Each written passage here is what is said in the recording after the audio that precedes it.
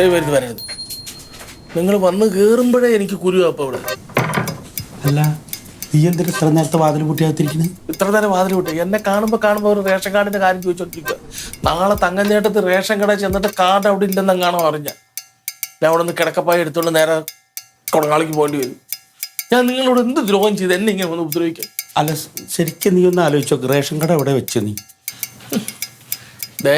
ഞാൻ പ്രായത്തിൽ അമ്മാവാന്നേ ഞാൻ വിളിച്ചിട്ടുള്ളൂ.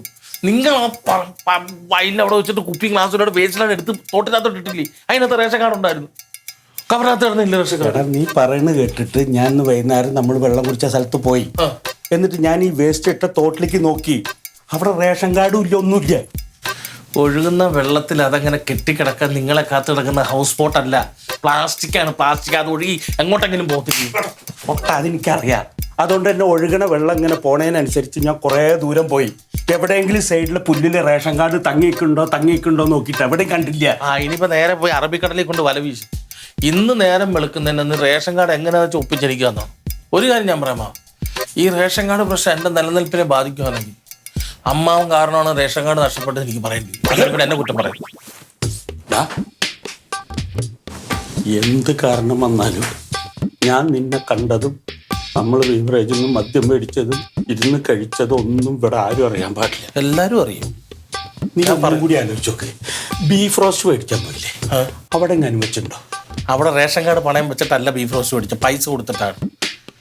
റേഷൻ കടയിൽ നിന്ന് ഞാൻ കാർഡ് അവിടെ ചെന്ന് നെറ്റില്ല എന്ന് അറിഞ്ഞപ്പോഴേ തന്നെ കവറിനകത്ത് ഇട്ടു. ആ കവറിനകത്ത് കിടന്ന് സാധനം വാരി എറിഞ്ഞപ്പോൾ റേഷൻ കാർഡോട് പോയി. നിക്ക്. അല്ല, മദ്യത്തിന് എത്ര റുപ്യായി? അതിന് 520. ബീഫ് റോസ്റ്റിനോ? 120. ബാക്കി പൈസ? വെള്ളം, മിക്സർ, ഗ്ലാസ്. അത് കഴിഞ്ഞാലും കാണണല്ലോ. വേണ്ട, അത് കയ്യിൽ വെച്ചോ. എന്തായാലും തങ്കത് അറിയും, പ്രശ്നമാവും. നീ ഇവിടുന്ന് പോണ്ടുവരും കൊണങ്ങാവളക്ക്.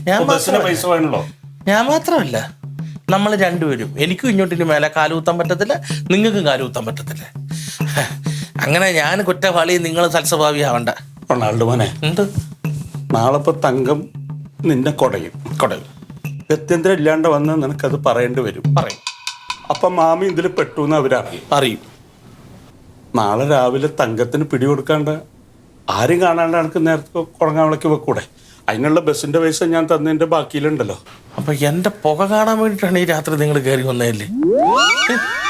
അങ്ങനെ എന്തായാലും ഞാൻ പോകുന്നില്ല. ഇനി ഞാൻ കുടങ്ങാവളല്ല, ഞാൻ എവിടെ പോയി താമസിച്ചാലും റേഷൻ കാർഡ് എന്നെ തേടി വരും. അതുകൊണ്ട് പറഞ്ഞ് ഭാഗം ക്ലിയർ ചെയ്തിട്ടെങ്ങോ എന്തായാലും തിരിച്ച് ഇങ്ങോട്ട് കയറാൻ പറ്റൂലല്ലേ? അങ്ങോട്ടും വേണ്ട, നമുക്കൊരു കാര്യം ചെയ്യാം. എന്ത് വന്നാലും നമ്മൾ മദ്യം മേടിച്ചതും തോട്ടുവക്കത്ത് പോയിരുന്ന് കഴിച്ചതും ഒന്നും ഇവിടെ അറിയാൻ പാടില്ല.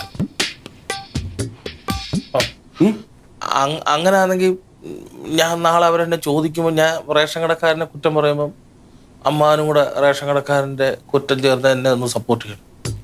റേഷൻ കടക്കാരൻ്റെ മണ്ടയ്ക്ക് വയ്ക്കും. അയാളുടെ കയ്യിൽ നിന്ന് എങ്ങനെയോ മിസ്സായി, എന്നിട്ട് നീ കൊണ്ടുപോയെന്ന് പറഞ്ഞ് നിന്റെ മണ്ടക്കിട്ടു എന്ന് പറയാം. കൈ നീട്ടിക്കേ. ഓക്കെ. ഈ ഓക്കെ എന്തിനാണെന്നറിയാം? ഇനി മേലെ നിങ്ങളടുത്ത് കള്ളുകൂടിയെന്നല്ല ഒരു പരിപാടിക്ക് ഞാനില്ല.